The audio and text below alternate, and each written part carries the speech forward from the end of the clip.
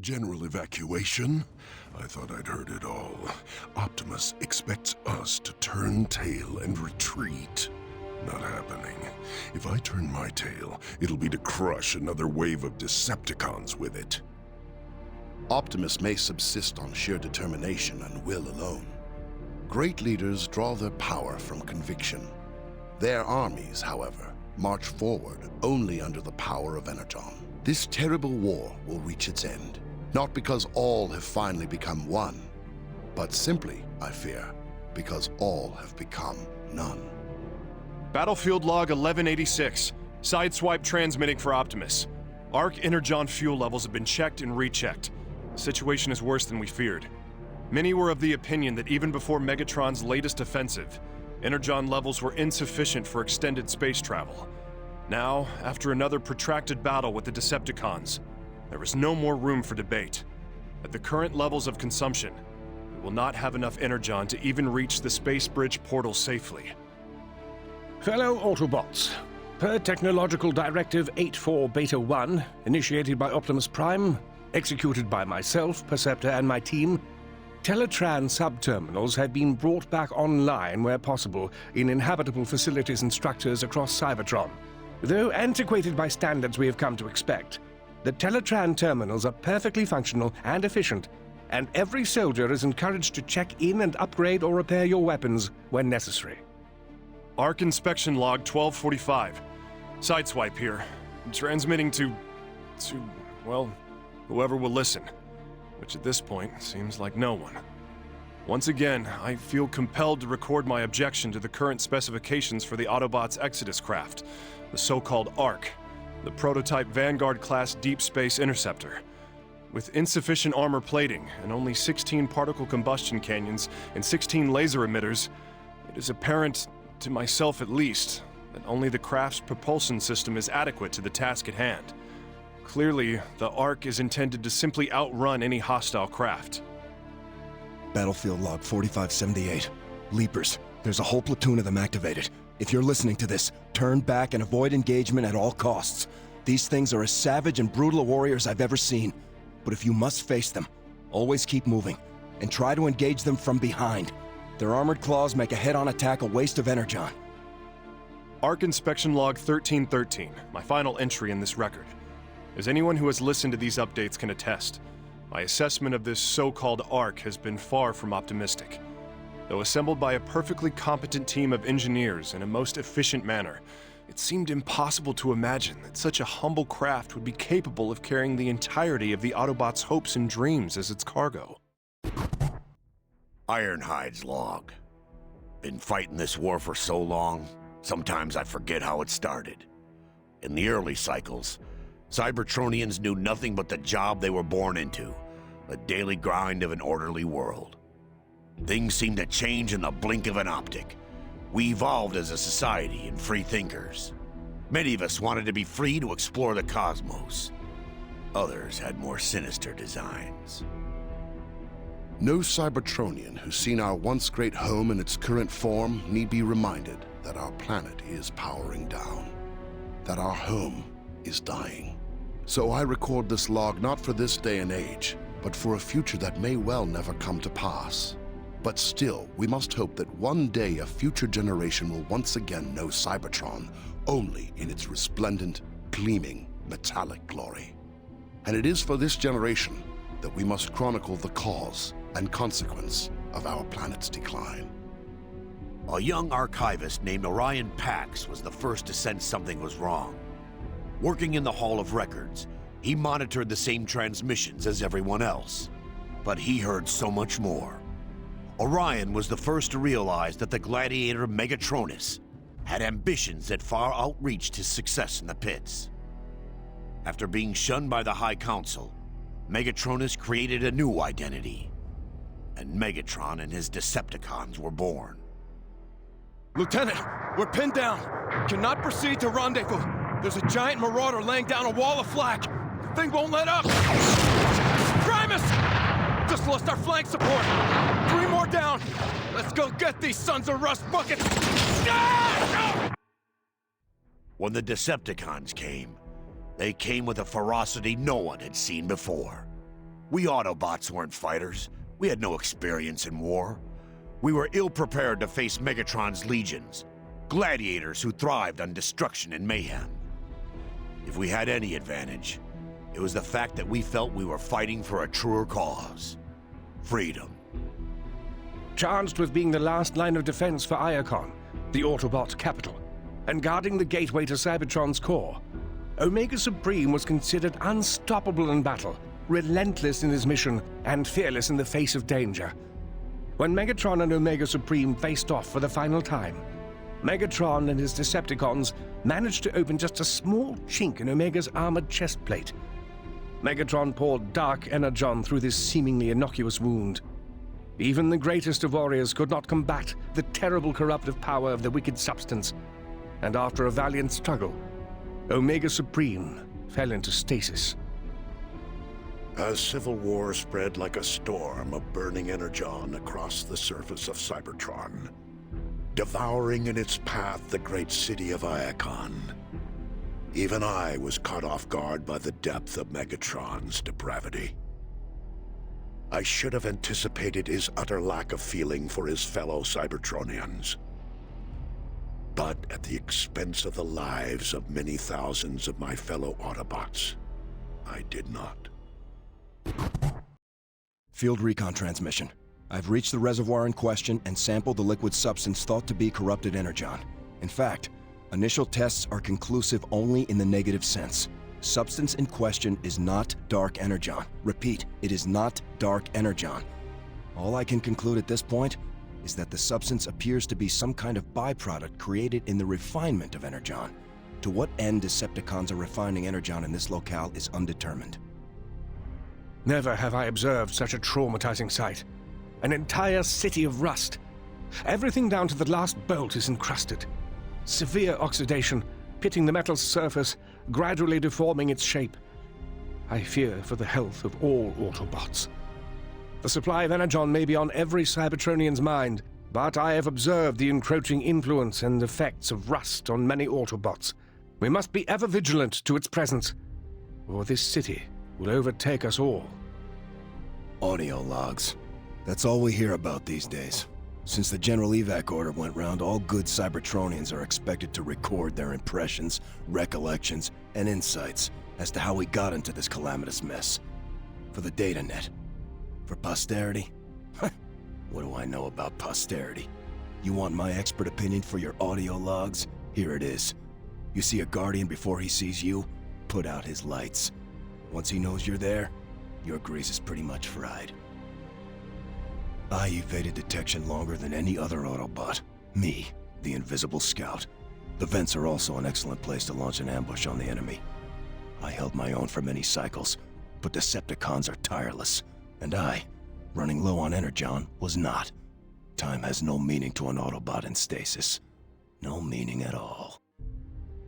Not much is known about the civilization that once spanned across what is now the Sea of Rust. Its history has been lost to time and oxidation.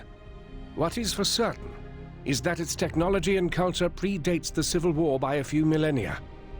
Rumors persist, though unsubstantiated, of a massive explosion being the cause that abruptly ended all sentient life there and created the Sea of Rust. Whether this explosion was an accident of some lost technology or the result of a hostile conflict will be debated for ages to come. What an unexpected surprise. A small team of Autobots have been captured by my Insecticons. Their leader, Grimlock, is an impressive specimen indeed. I will enjoy breaking them all. I am annoyed by the perceived value of this inconsequential Energon Lake. It is but a minuscule puddle compared to what the tower next to it can truly give us. Inferior minds like Starscreams have misjudged this structure as a simple Energon refinery. However, my research has revealed it to be so much more. The ancients built it to tear the fabric of space and time itself, and open gateways to distant galaxies high in the orbit of Cybertron. I look forward to exploring this technology. Perhaps we can find another world with resources and energy we could use to reboot Cybertron's core. For a scientist, Shockwave sure can act like an absolute idiot sometimes. He's wasted far too much time on this defunct Energon tower.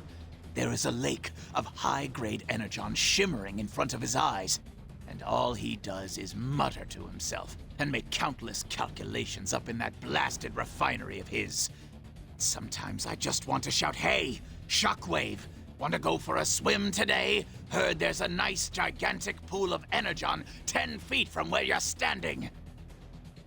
I've had just about enough of these Insecticons. Shockwave thinks of them as his pets, and he may believe he controls them, but truth be told, they do whatever they want on the battlefield.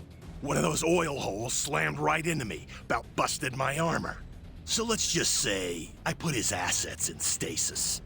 Shockwave should really find himself some new pets. Forward recon to base. Over. Base. I'm not sure if I've got a transmission connection or not, but in case anyone is hearing this, here's a little FYI I wish someone would have shared with me before I got into this prime-forsaken place. If you come across a web of faint lasers, avoid them. They'll wreak havoc on your systems and jam your cloaking ability. Both the Autobots and the Decepticons utilize minefields to protect and defend our trade routes. So what makes this homing mine so unique? Once it locks onto your position, it is almost impossible to evade unless you destroy it with your weapon first. Running is futile, and once one homing mine locks onto your coordinates, others are certain to follow. Some argued I should have split the convoy in Energon on its journey to Autobot City. However wise, there is no time. The transport, though heavy and cumbersome, is our best hope. In the meantime, I wonder as to how the Decepticons will respond to their leader being pulverized. I sense the one called Starscream has been waiting for this opportunity. Even before Energon became so scarce, these ridiculously designed transport tankers devoured just about as much Energon as they carried. I question the use of them to transport what Energon remains from the lake, but orders are orders. There's been a lot of talk about victory lately, about how the Autobots are through, on their heels. Too much talk, if you ask me. When you're overconfident, you're underprepared. Just like we were when we came across an Autobot Titan this morning. Tore the whole unit into spare parts, while any damage we inflicted on the Titan was immediately repaired by his battery of helper drones. Finally, someone started blasting those things out of the air. With the drones out of the action, we were able to get good target effect with our ordnance. Onslaught, Brawl, Vortex, Swindle, and Blastoff. Each one a formidable force in his own right. Together? Talk about the whole being greater than sum of its parts. When the Combaticons combine to form Bruticus, any Autobots in the vicinity are facing a whole world of hurt. Seldom have I felt more vulnerable on a mission. I think my fellow Autobots feel the same. Here we are, wheeling a slow-moving slug of a transport loaded with highly unstable, incredibly explosive energon through heavily contested territory in broad daylight.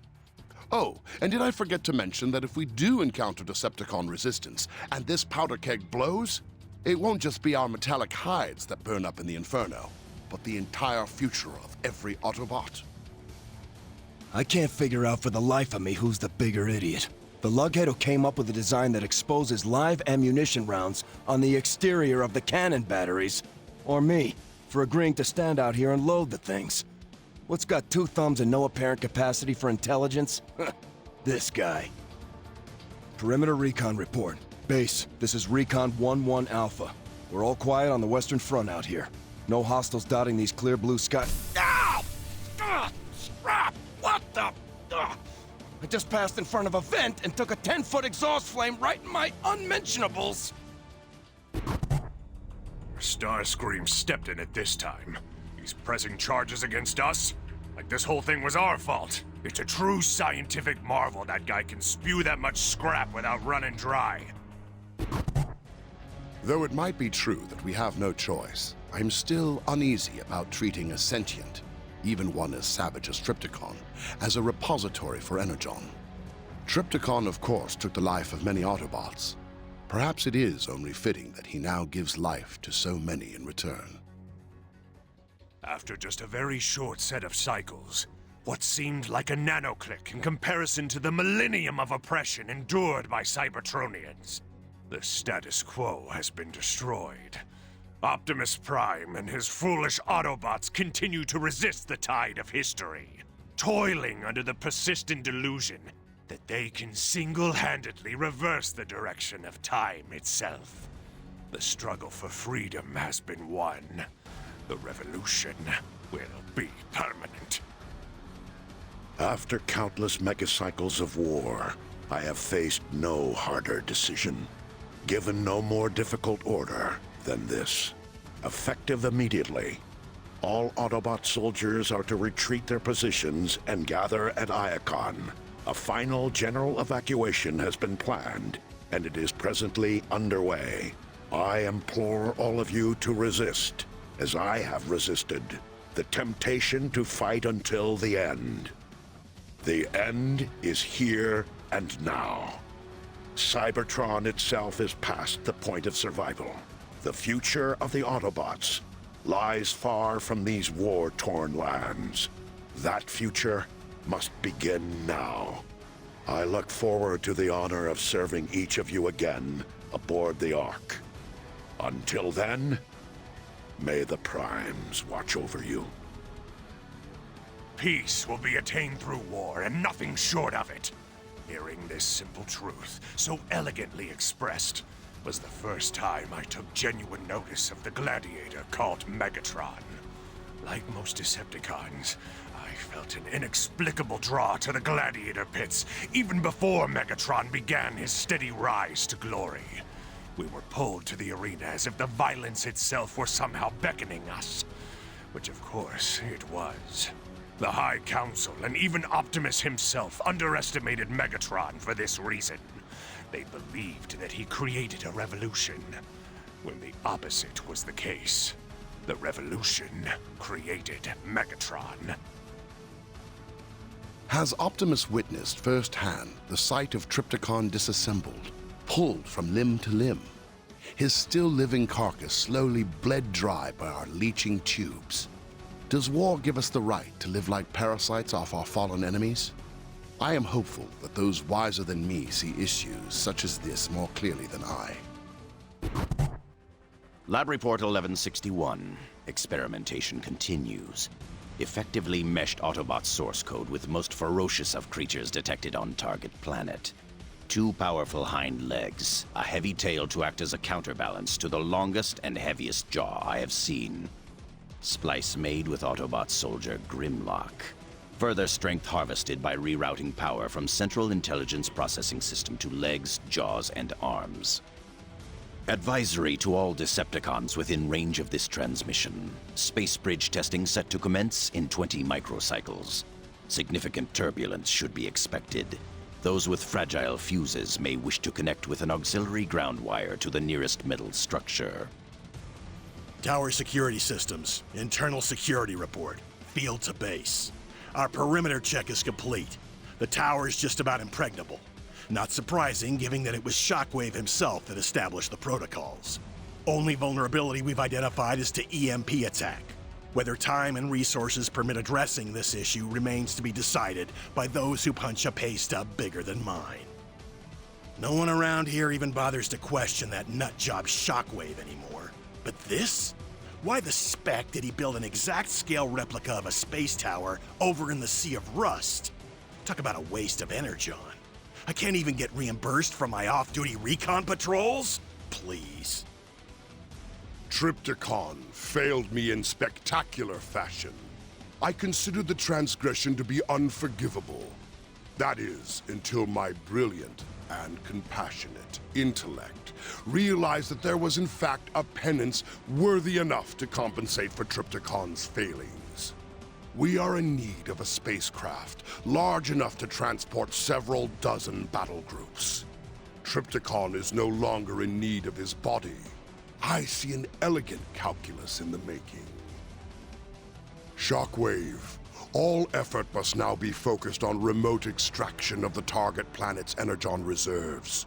Your calculations inspire sufficient confidence that such a plan is not only possible, but probable. Such an influx of raw energon right here on Cybertron will not only provide sufficient power to destroy Optimus and his Autobots once and for all, but also fuel the rebirth of our great empire. This is no longer an aspiration. It must be made a reality. Lab Report 1164, with thin membranes stretched from its frail arms to its narrow torso, together with its razor-sharp jaws, the naturally occurring creature seems almost perfectly designed to bring death from above. Almost. With only minor modifications to the Autobot's swoop source code, true perfection appears attained. Shockwave's log. Inspired by my enhancements on the Autobots, I have decided to create a few upgrades for my personal arsenal. When finished, this gun could generate power to rival even Megatron's. I've had just about enough of these Insecticons. Shockwave thinks of them as his pets, and he may believe he controls them, but truth be told, they do whatever they want on the battlefield. And I may have to work alongside them, but I don't like it. They're cannibalistic. One of them goes down, another will devour it, feed on its energy. I had a friendly fire incident a couple cycles back. One of those oil holes slammed right into me, about busted my armor. So let's just say I put his assets in stasis. Shockwave should really find himself some new pets. Lab Report 1165. Its front protected by a triple spiked shield, and from the rear by a spiked whip-like tail, make for an excellent defensive design worthy of serious consideration. Steps have been taken to alter the source code of the subject, Slug, to approximate the naturally occurring species. Lab Report 1162. Source code of Autobot Bruiser combined with a large shell-backed creature with 6 spiny legs. The natural curves of the creature's exoskeleton are stunning in their elegance. Together with a seemingly innate attack instinct, this hybrid species should prove formidable indeed. Lab Report 1166. A second heavily armored defense weapon might be inspired by this strangely armor-spined creature. Attempts are underway at present to fashion a true beast of burden through extensive manipulation of the Autobot Snarl's source code. Lab Report 1163. Spitter. The name says it all. The most direct and simple combination of this series of experiments. After discovering a flying, lightweight Insecticon-like creature in the wilds of the target planet, only slight source code modifications were necessary to optimize new species for combat and reconnaissance.